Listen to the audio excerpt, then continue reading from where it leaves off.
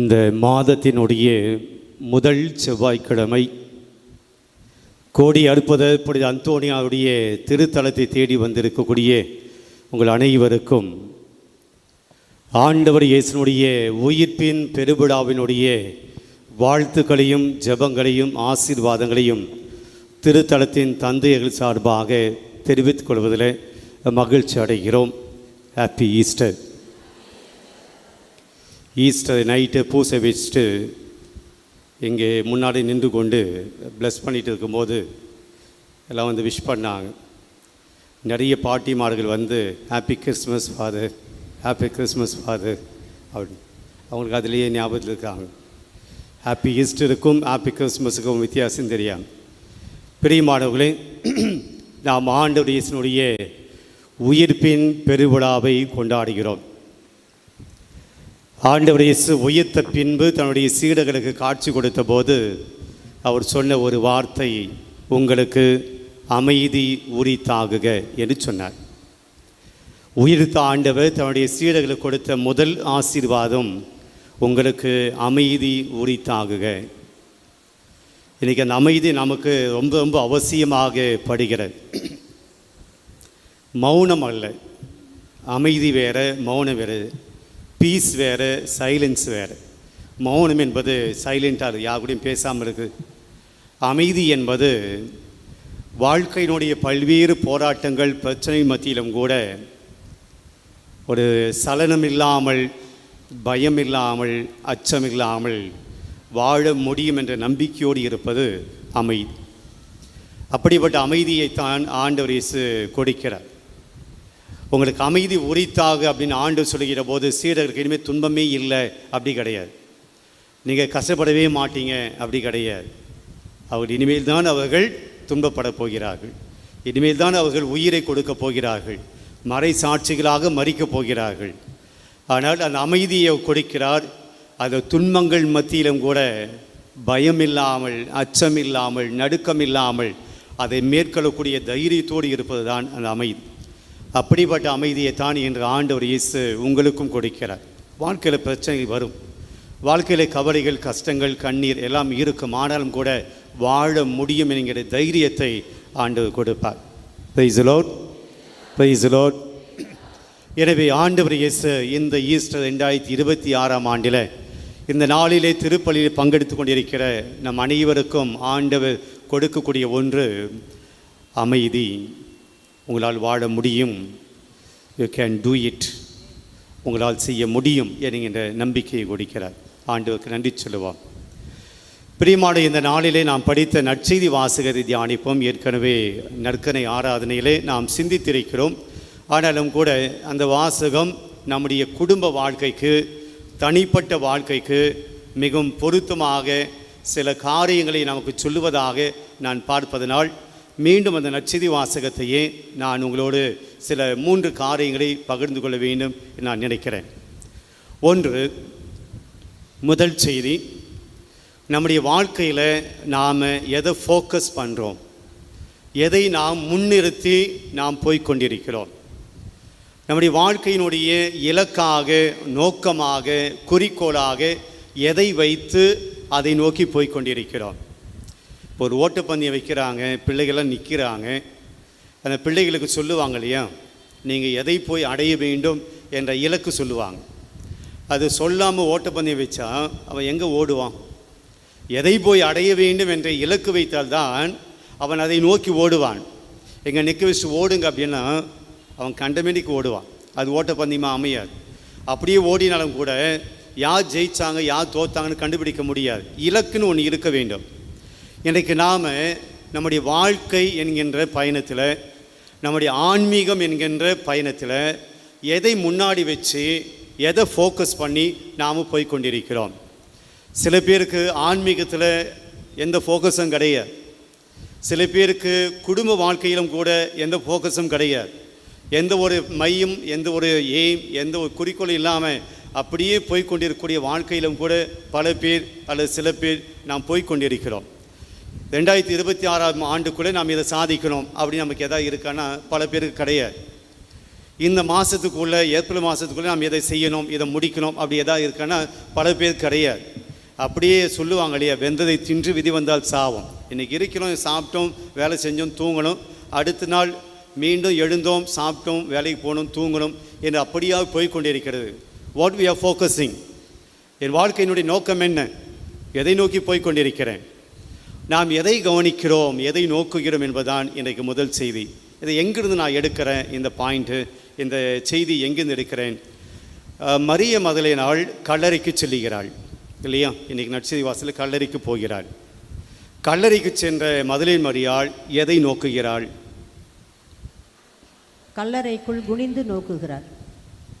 யாருமா அது? ஓ, இங்கேயா? சொல்லுங்கள்.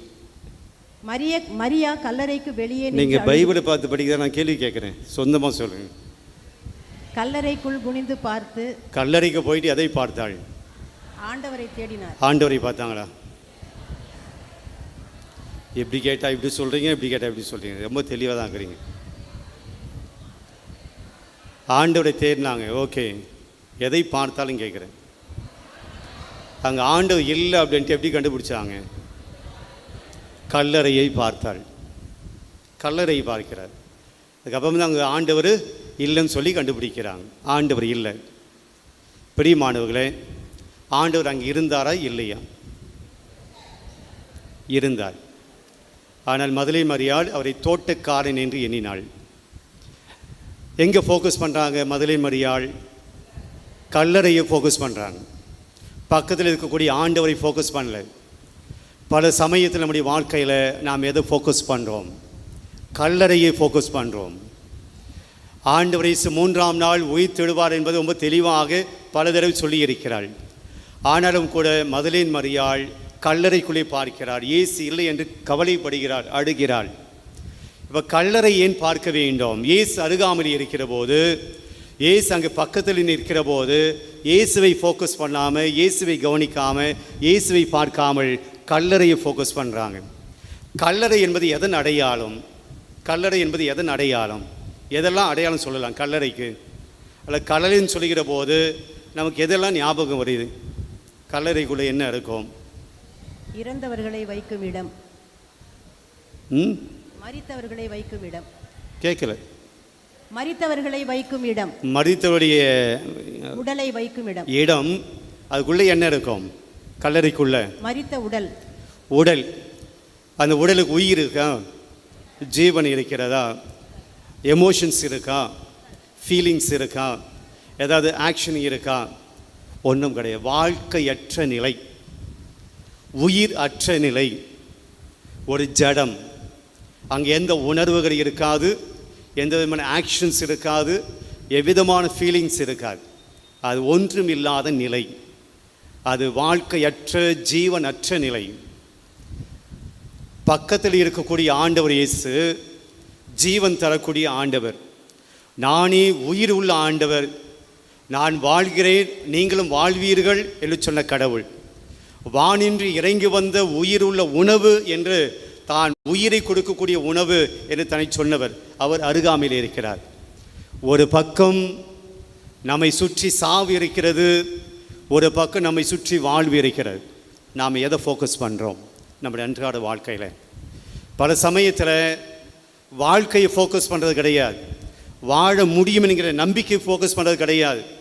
என்னால் செய்ய முடியும், என்னால் வாழ முடியும், என்னால் சாதிக்க முடியும், என்னால் ஜெயிக்க முடியும், என்னால் எழுந்து நடக்க முடியும், என்னால் வாழ்க்கையில் முன்னுக்கு வர முடியும் என்பதை ஃபோக்கஸ் பண்ணாமல் முடிஞ்சிச்சு, அவ்வளோதான், இனிமேல் ஒன்றும் கிடையாது, இனிமேல் என்ன செய்ய முடியாது என்று நாம் இயலாதது, முடியாதது என்று நம்முடைய வாழ்க்கையில் நெகட்டிவை பார்க்கிறோம். ஸோ முதல் செய்தி இதுதான். ரொம்ப நீளமாக இதை பற்றி பேசுவதில்லை. நம்முடைய ஃபோக்கஸு பாசிட்டிவானதை பார்க்குறோமா, நெகட்டிவானதை பார்க்குறோமா, நேர்மறையானதை பார்க்கிறோமா, எதிர்மறையானதை பார்க்கிறோமா? எப்போ பார்த்தா நம்முடைய வாயில் என்ன வருது? எதிர்மறையான காரியங்கள். எப்போது பார்த்தாலும் நெகட்டிவாக திங்க் பண்ணுறது. இது அப்படி, இது அப்படி, இது அவங்க இப்படி, அவங்க அப்படி பேசுனாங்க, இவங்க இப்படி பேசுனாங்க, இவங்க இப்படி தான் என்று அடுத்தவர்களை நாம் நெகட்டிவாக பார்க்கிறோம். நம்மையும் கூட நாம் நெகட்டிவாக பார்க்கிறோம்.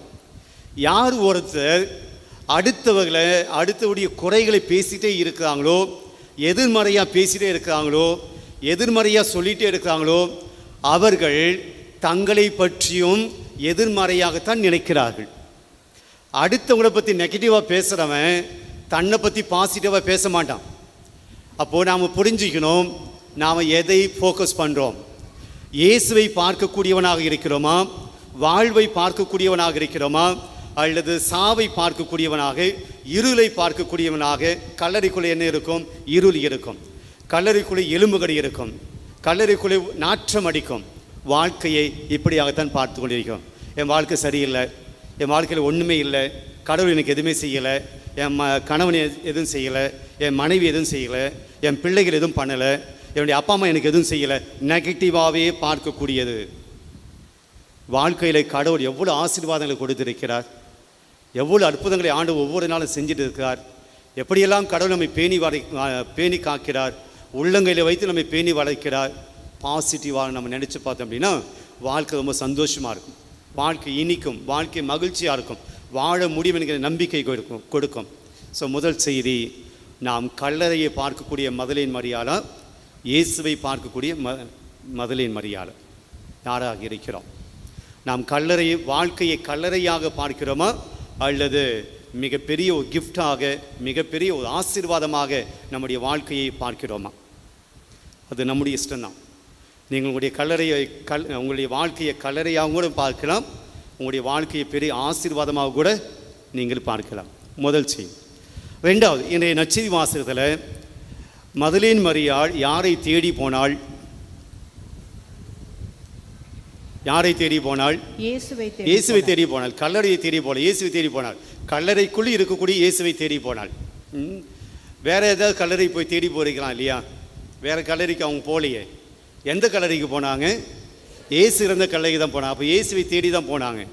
பிரியமானவர்களே, தேடி சென்ற மதலேன் மரியாளுக்கு இயேசு தன்னை வெளிப்படுத்தினாரா இல்லையா? வெளிப்படுத்தினார். அவள் கல்லறையை பார்த்தாலும் கூட, தன்னை பார்க்காமல் இருந்தாலும் கூட, இயேசு தன்னை மரியாள் மதலேனுக்கு வெளிப்படுத்தினாரா இல்லையா? நீ வந்து கல்லறையை பார்த்துட்டு இருக்க, என்ன பக்கத்தில் நான் நிற்கிறேன், என்ன பார்க்காம நீ அங்கே பார்த்துட்டு இருக்கிற அப்படின்னு சொல்லி மரியாளுக்கு தன்னை வெளிப்படுத்தாமல் போயிட்டாரா? பிரியமானவர்களே, தேடுவோருக்கு கடவுள் தன்னை வெளிப்படுத்துகிறார். தேடுங்கள் கண்டடைவீர்கள் அப்படின்னு சொல்கிறார். இந்த தேடுங்கள் கண்டடைவீர்கள் என்ற இந்த கான்செப்ட், இந்த செய்தி அல்லது இந்த நம்பிக்கை அல்லது இந்த உண்மையை இயேசு எங்கிருந்து கண்டுபிடிச்சிருப்பார் அப்படி யோசிக்கிற போது, அவர் ஒரு நாள் காணாமல் போகிறார். எப்போ? இயேசு அன்னை மரியாள் தன்னுடைய தந்தை சூசையோடு எருசலேம் நகருக்கு போகிற போது, பாஸ்கா விழாவை கொண்டாடி போகிற போது இயேசுவே காணாமல் போகிறார் இல்லைங்களா? அப்போ மாதாவும் சூசையப்பரும் தேடி போகிறார்கள். அவன் தேடி போனாங்க. தேடி போய் இயேசுவை கண்டுபிடிச்சாங்களா இல்லையா? கண்டுபிடிச்சாங்க. ஒருவேளை இயேசு அந்த குழந்தை பருவத்திலேயே தேடினா கண்டுபிடிக்க முடியும் என்பதை இயேசு கண்டுபிடிக்கிறார். அதனால தான் தன்னுடைய மக்களுக்கு சீடர்கள் சொல்கிறார், தேடினால் நீங்கள் கண்டடைவீர்கள். அப்போ இயேசு தன்னை தேடுவோருக்கு தன்னை வெளிப்படுத்துகிறார். விவிலியத்தில் பல இடங்களில் நாம் பார்க்கிறோம், இயேசு அல்லது கடவுளை யாரெல்லாம் தேடினார்களோ அவர் அனைவருக்கும் கடவுள் தன்னை வெளிப்படுத்துகிறார். ஏதோ 2-3 இன்சிடென்ட் சொல்லுங்கள், யாரெல்லாம் இயேசுவை தேடி சென்றார்கள், கண்டடைந்தார்கள்.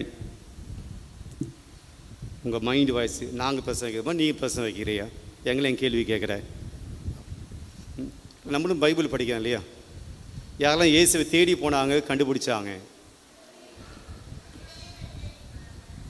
இடையர்கள் தேடி போனாங்க, மூன்றார்கள் தேடி போனாங்க. Very good. இங்கே யாரு? நூற்று தலைவனா? ஓகே, உதவி கேட்க போனோம். பிரியமானவர்களே, இந்த முதல் விஷயம் என்னவென்றால், சக்கையும் பாவி இயேசுக்கிட்ட ஸ்ட்ரைட்டாக போக முடியாது. இயேசு அந்த பக்கமாக வரான்னு கேள்விப்படுகிறார். எப்படியாவது இயேசுவை பார்த்துடணும், போய் மரத்தில் ஏறி கொடுக்கிறான். இயேசுவை தேடி போய் மரத்தில் உட்கார்ந்த அந்த சக்கைவு அந்த மரத்தடியில் வந்துட்டு இயேசு நின்றுட்டு, என்னதுன்னு தேடி வந்த, வா கீழே நீ என்ன மரத்துலேருந்து என்னை பார்க்குற, உன் வீட்டுக்கு நான் வரேன் என்று இயேசு தன்னை தேடிய சக்கேயினுடைய வீட்டுக்கு இயேசு போகிறார். ஒன்று. ரெண்டாவது நாம் பார்க்கிறோம், பெரிய கும்பல் போயிட்டு இருக்கு, பெரிய கூட்டம். ஒரு 12 ஆண்டு காலமாய் ஒரு நோய்வாய்ப்பட்ட ஒரு பெண். கூட்டத்தில் போய் இயேசுவை பார்க்க முடியாது, கூட்டத்தில் போய் இயேசுக்கிட்ட கேட்க முடியாது, தன்னை குணப்படுத்த நம்ம சொல்ல முடியாது. ஆனாலும் கூட எப்படியாவது இயேசுவை பார்த்து விட வேண்டும் என்று தேடி போகிறார். அந்த கூட்டத்துக்குள்ளே முட்டி மோதி போகிறார். யூத சமூகத்தில் ஆண்களுக்கு மத்தியில் ஒரு பெண் போக முடியாது. அப்படி போகிறார், உள்ளே போகிறார். அதில் எவ்வளோ அவமானம் அடைஞ்சிருப்பா, எவ்வளோ பேர் திட்டியிருப்பாங்க, எவ்வளோ பேர் ரொம்ப அசிங்கமாக பேசியிருப்பாங்க. நீ எல்லாம் எதுக்கு கூட்டத்தில் வர, நீ ஒரு தீட்டுப்பட்டவள், எப்படிப்பட்ட அவமானங்களை எல்லாம் தாங்கி கொண்டு இயேசுவை தேடி வருகிறாள்.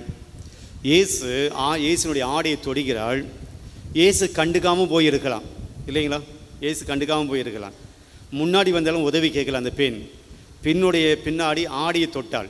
இயேசு கண்டுக்காமல் போயிருக்க. ஆனால் இயேசு சொல்கிறார், தன்னை தேடி வந்த அந்த பெண்ணை நின்று பார்த்து பேசுகிறார். இயேசுவை தேடி வந்தவர்களை, தன்னை தேடி வந்தவர்களை இயேசு அலட்சியப்படுத்தலை. மூன்றாவது நாம் பார்க்கிறோம், தேடுகிறவர்களுக்கு ஊமையை சொல்கிறார். ஒருவன் முத்தை தேடி போனான் அப்படின்னு சொல்கிறார். விண்ணரசை பற்றி சொல்லும்போது, ஒருவன் முத்தை தேடி போனான், விலை உயர்ந்த முத்தை கண்டுபிடித்தவுடன் தனக்குள்ளதெல்லாம் விற்று அந்த முத்தை வாங்கி கொண்டான். அவன் தேடாமல் வீட்டில் இருந்தால் முத்து கிடச்சிருக்குமா? கிடச்சிருக்க. அப்போ இது போல் இயேசு நிறைய விஷயங்களை தேடி போகிறவர்களுக்கு தன்னை வெளிப்படுத்துகிறார். தேடுகிறவர்களுக்கு இறையாட்சி சொந்தம் அப்படின்னு சொல்கிறாரு. இன்றைக்கு மதலேல் மரியாள் இயேசுவை தேடி வந்தால் தன்னை வெளிப்படுத்துகிறார். பிரியமானவர்களே, ஆண்டவரை தேடி வருகிறவர்களை ஆண்டவர் ஒருபோதும் அவமானப்படுத்துவதில்லை. ஆண்டவரை நம்பிக்கையோடு தேடுபவர்களை ஆண்டவர் அலட்சியப்படுத்துவதில்லை. நாம் கூட நிறைய பேர் பார்க்க போயிருக்கலாம், ஆஃபீஸர்ஸை பார்க்க போயிருக்கலாம், அலுவலர்களை பார்க்க போயிருக்கலாம், ஒரு சில பெரிய மனிதர்களை பார்க்க போயிருக்கலாம். வீட்டில் தான் இருப்பாங்க. பியூன் சொல்லுவார், சார் இல்லை, நாளைக்கு வாங்க. அனுபவம் இருக்குங்களா உங்களுக்கு? ஏதாவது அது போல் அனுபவம்? சாரு உள்ளே தான் இருப்பார், ஆனால் பிஏ சொல்லுவார், சாரு உள்ளே வெளியே போயிட்டார், அதனால் நீங்கள் நாளைக்கு வாங்க. அப்படி என்ன அர்த்தம்? பார்க்க விரும்ப. நம்ம தேடி போவோம், அதில் மனிதர்கள் நம்மை பார்க்க மாட்டார்கள். நாம் அவர்களுக்கு அவசியம் இல்லை என்றால் பார்க்க மாட்டார்கள். பிரியமானவர்களே, கடவுளுக்கு நாம் அவசியமோ அவசியம் இல்லையோ, நாம் நல்லவர்களோ கெட்டவர்களோ, நாம் ஆண்டவர் மீது நம்பிக்கை வைத்திருக்கிறோமோ இல்லையோ, நாம் விவிலியத்தை படிக்கிறோமோ படிக்கலையோ, நாம் தினந்தோறும் திருப்பலிக்கு போகிறோமோ இல்லையோ, ஆண்டவரை தேடி வருபவர்களை ஆண்டவர் ஒருபோதும் அலட்சியப்படுத்துவதில்லை. பிரியமான இரண்டாவது செய்தி, ஆண்டவரை தேடினால் அவர் தன்னை வெளிப்படுத்துகிறார். அவர் தன்னுடைய ஆசீர்வாதத்தை கொடுக்கிறார். ரெண்டாவது செய்தி. மூன்றாவது, பிரியமானவர்களே, இன்றைக்கு ஆராதனையிலே அருத்தந்தை அவர்கள் சொல்லிக் கொண்டிருந்தார், அழுகையை பற்றி சொல்லிக் கொண்டிருந்தார். 2 தடவை அழுகையை பற்றி அங்கே 3 தடவை வருது, ஆனால் 2 தடவை ரொம்ப அழுத்தம் கொடுக்கப்படுகிறது. மரியாள் கல்லறைக்கு அழுது கொண்டே வந்தாள். அதான் முதல் வார்த்தை, அழுது கொண்டே வந்தாள். கல்லறையை பார்க்கறதுக்கு முன்னாடியே அழுது கொண்டே வருகிறாள். ஏன் அப்படின்னா, இயேசுக்கு நடந்த நிகழ்வு தாங்க முடியல. இன்றைக்கி முதல் வாசகத்தில் பேதுரு சொல்கிறார், ஒரு குற்றம் செய்யலை, ஒரு குற்றம் செய்யாத நீங்கள் சிலுவையில் அறைந்தீர்கள். ஒரு பாவம் பண்ணாத ஒரு நல்ல மனிதனை நீங்கள் சிலுவையில் அறைஞ்சிட்டீங்க. நேர்மையானதை நீதிமானை நீங்கள் சிலுவையில் அறைந்து பாவம் செய்தீர்கள். எனவே மனம் திரும்பி நீங்கள் பாவம் மன்னிப்பு பெறுங்கள் அப்படி அங்கே சொல்கிறார்.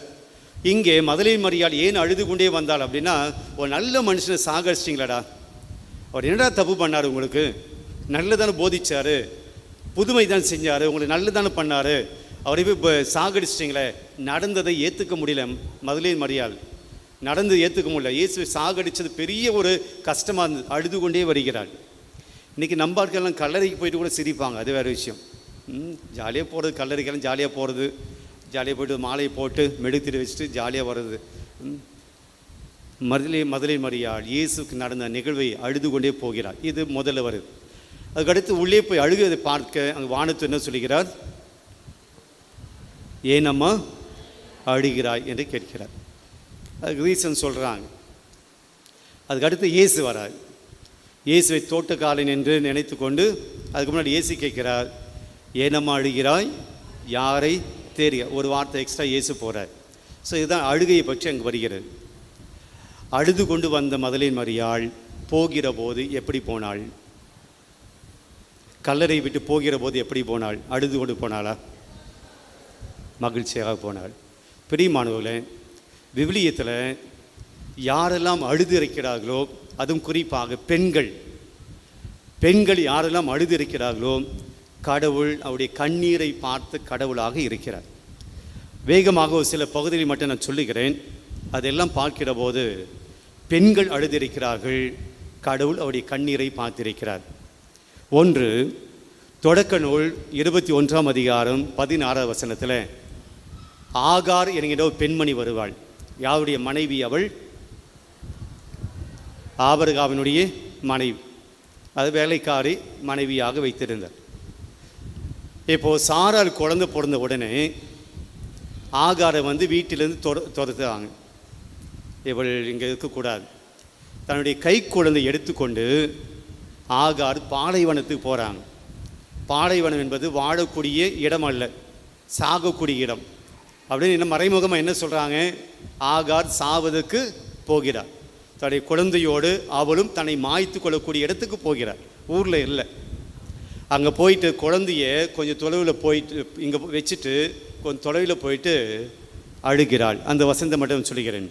அவள் முன்புறம் சென்று அம்பு எறி தூரத்து அளவில், ஒரு அம்பு எரிஞ்சால் எவ்வளோ தொலைவு போகணுமோ அந்த தொலைவு போயிட்டு முட்டி போட்டு தூரத்தளவில் உட்கார்ந்து கொண்டார். யார்? ஆகார். தன்னுடைய குழந்தையை இங்கே வச்சுட்டு அம்பு எரியக்கூடிய அளவில் போயிட்டு முன்னாடி போய் உட்கார்ந்துக்கிறார். குழந்தை சாவதை பார்க்க சகியேன், குழந்தை சாக போது பார்க்க சகியேன் என்று கூறி முன்பிறமிருந்து அழுது கொண்டே கூக்குரலிட்டு அழுதாள். ஆகார் அழுதாள். அதுக்கப்புறம் அங்கே என்ன நடக்குது நமக்கு தெரியும். ஆண்டவர் வானதூதரை அனுப்புகிறார்.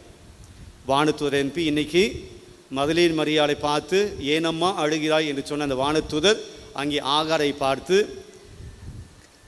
அந்த வசனத்தை அப்படியே நம்ம படித்த அப்படின்னு இப்படி தான் இருக்கும். கடவுள் அவளது அழுகையை செவிமடுத்தார். வானது சொல்கிற கடவுளுடைய அழுகையை செவிமடுத்தார். அது பின்பாக அவளுக்கு உணவு கொடுக்கிறார். ப்ராமிஸ் பண்ணுறாங்க, கடவுள் உன்னை ஒரு பெரிய இனமாக உன்னை மாற்றுவார். பிரியமானவர்களே, ஆகாருடைய அழுகையை பார்த்து அவர் பெண்மணி, அந்த குழந்தையினுடைய அழுகையை கடவுள் பார்க்கிறார். ரெண்டாவது அண்ணா. இதை நம்ம எங்கே பார்க்கணும்? 1 சாமுவேல் புத்தகத்தில் பார்க்குறோம். அண்ணா ஒரு கோயிலில் போயிட்டு அழுது கொண்டு இருக்கிறார். எதுக்கு அழுதா நமக்கு ஞாபகம் இருக்கும்? குழந்தை செல்வம் கிடையாது, மலடியாக இருக்கிறாள். யூத சமூகத்தில் மலடியாக இருந்தால் என்றால் அவளுக்கு பாவின்னு அர்த்தம். உடல் கோளாறு கிடையாது, அது ஆன்மாவின் கோளாறு. அதுதான் அவன் நினச்சான். கடவுள் உன்னை தண்டிச்சிட்டார். இன்றைக்கி அதான் சொல்கிறாங்க, எந்த கடவுளாவது அப்படி தண்டிப்பாரா? நான் உனக்கு குழந்தை கொடுக்க மாட்டேன் அப்படின்னு சொல்லி. தயவுசெய்து அப்படி நம்ம சொல்கிறோம் அப்படின்னா சொல்லாதீங்க. கடவுள் மேலே படிக்க போடாதீங்க. சரிங்களா? அவருடைய உடல்நிலை, உடல் சூழல், அதெல்லாம் தான் குழந்தை பொருட்களை உடைய கடவுள் தண்டிக்கிறது கிடையாது. குழந்தை கொடுக்காமல் யாரையும் தண்டிக்கிறது கிடையாது. பிரியமானவர்களே, இங்கே யூத சமூகத்தில் குழந்தையை கொடுக்கல அப்படின்னா அவளுக்கு பாவி. அதனால தான் கடவுள் குழந்தையை கொடுக்கலை. இங்கே அண்ணா அழுது கொண்டு இருக்கிறாள். அப்போ ஆண்டவர் வருகிறார். ஆண்டவரும் அண்ணா மனம் கசந்து அழுதார். 1ஆம் அதிகாரம் 10ஆம் வசனத்தில் அண்ணா மனம் கசந்து அப்படியே ஒரு துணி எடுத்து அப்படியே கசக்கி படிஞ்சு எப்படி இருக்கும், மனசு அப்படியே கசக்கி மனம் கசந்தி அழுதார். ஆண்டவரும் அவரை நினைவு கூர்ந்தார். 1ஆவது வசனம் 1ஆவது அதிகாரம் 20ஆம் வசனத்தில் ஆண்டவரும் அவரை நினைவு கூர்ந்தார். அவருடைய அழுகையை பார்த்தார். அவளும் அண்ணாவும் யாரு? அண்ணா யாரு? ஒரு பெண்மணி. பெண்கள் அழுதது தான் பார்த்துருக்கிறோம். அவளும் ஒரு பெண்மணி. 3ஆவதாக புதிய ஏற்பாட்டில் கானானிய பெண், ஒரே ஒரு பிள்ளை மகள், பேய் பிடித்திருக்கிறாள். இயேசுகிற வரா என்னுடைய மகளுக்கு பேய் பிடித்ததுக்கு குணமாக்குங்க அப்படின்னு சொல்லி. அவர் முதல்ல சொல்கிறாரு, பிள்ளைகளுக்கு போட வேண்டிய உணவு எடுத்து நாய்க்குட்டிகளுக்கெல்லாம் போடலாமா அப்படின்னு சொல்கிறார். ஆனால் கடைசியில் இயேசு அவருடைய அழுகையை, அவருடைய கண்ணீரை துடைக்கிறார். உம்முடைய நம்பிக்கை பெரிது, நீ விரும்பியபடி உனக்கு நடக்கட்டும். அந்த அம்மாவுடைய கண்ணீரை துடைக்கிறார். கானானிய பெண், அவளும் ஒரு பெண், இயேசு பார்க்கிறார். அதுக்கடுத்து நான் பார்க்கிற போது நயின் ஊர் கைம்பெண், பையன் செத்து போயிட்டான், பாடையில் தூக்கின்னு போகிறாங்க. இயேசு அந்த பக்கமாக வருகிறார். அது நம்ம இயேசுக்கிட்ட உதவி கூட கேட்கல, யாருமே போய்ட்டு இயேசுக்கிட்ட உதவி கேட்கல. ஆனால் இயேசு பார்க்கிறார், நம்ம அழுது கொண்டு போவதை பார்க்கிறார். போயிட்டு அந்த அம்மா கிட்ட சொல்கிறாரு, அம்மா அழாதீங்க. அந்த பெண்ணை பார்த்து ஆண்டவர் சொல்கிறார். அது பின்னாடி இயேசு என்ன பண்ணுறாரு, அந்த பையனை உயிர்ப்பித்து கொடுக்கிறார். பிரியமான நிறைய சொல்லிட்டு போகலாம், நேரம் கருதி நான் ஸ்டாப் பண்ணிக்கிறேன்.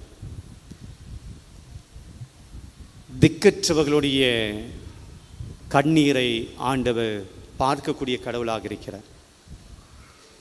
எத்தனை பேர் ஜெபம் செய்கிற போது நாம் அழுதிருக்கிறோம்? என்னை பற்றி ஏதாவது தப்பாக நினைப்பாங்கன்னா கை தூக்காதீங்க. ஜெபம் செய்கிற போது நாம் அழுதிருக்கிறோம். கோயிலையும் சரி, தனிப்பட்ட சரி, வீட்லேயும் சரி, ஜெபம் செய்கிற போது அழுதிருக்கிறோம்.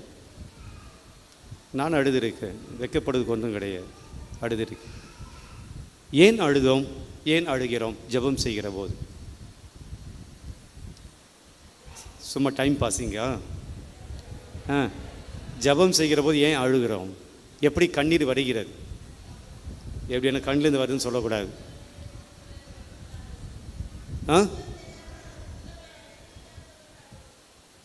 ஏதோ சொன்னீங்க, எனக்கு தெரியல.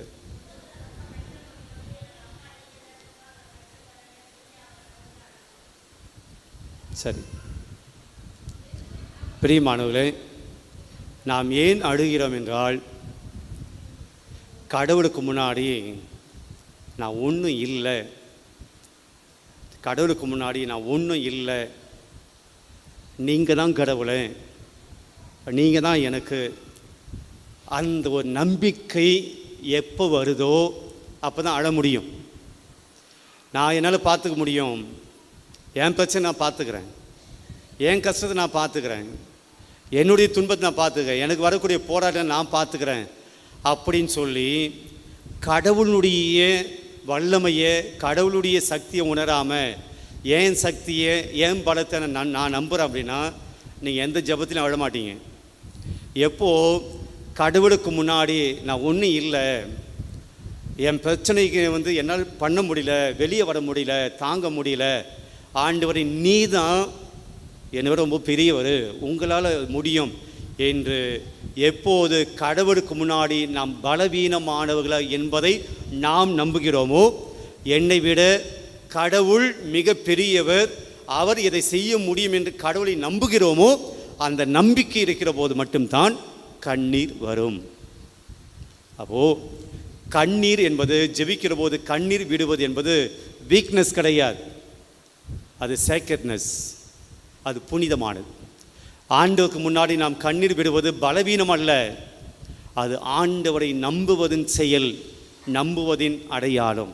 நான் உண்மை நம்புகிறேன் கடவுளை, நீங்கள் எனக்கு செய்வீங்க என்று நம்புவதின் அடையாளம். பிரியமானவர்களே, அந்த நம்பிக்கையோடு யார் அழுகிறார்களோ, அது பெண்ணாக இருக்கட்டும், ஆணாக இருக்கட்டும், பெரியவராக இருக்கட்டும், சிறியவராக இருக்கட்டும், நான் பலவீனமானவன், ஆண்டவரே உம்முடைய பலத்தை நான் நம்புகிறேன் என்று யார் எப்போது நாம் கண்ணீர் விடுகிறோமோ, அந்த கண்ணீரை ஆண்டவர் நீக்குவார், அந்த கண்ணீருக்கு ஆண்டவர் பதில் கொடுப்பார்.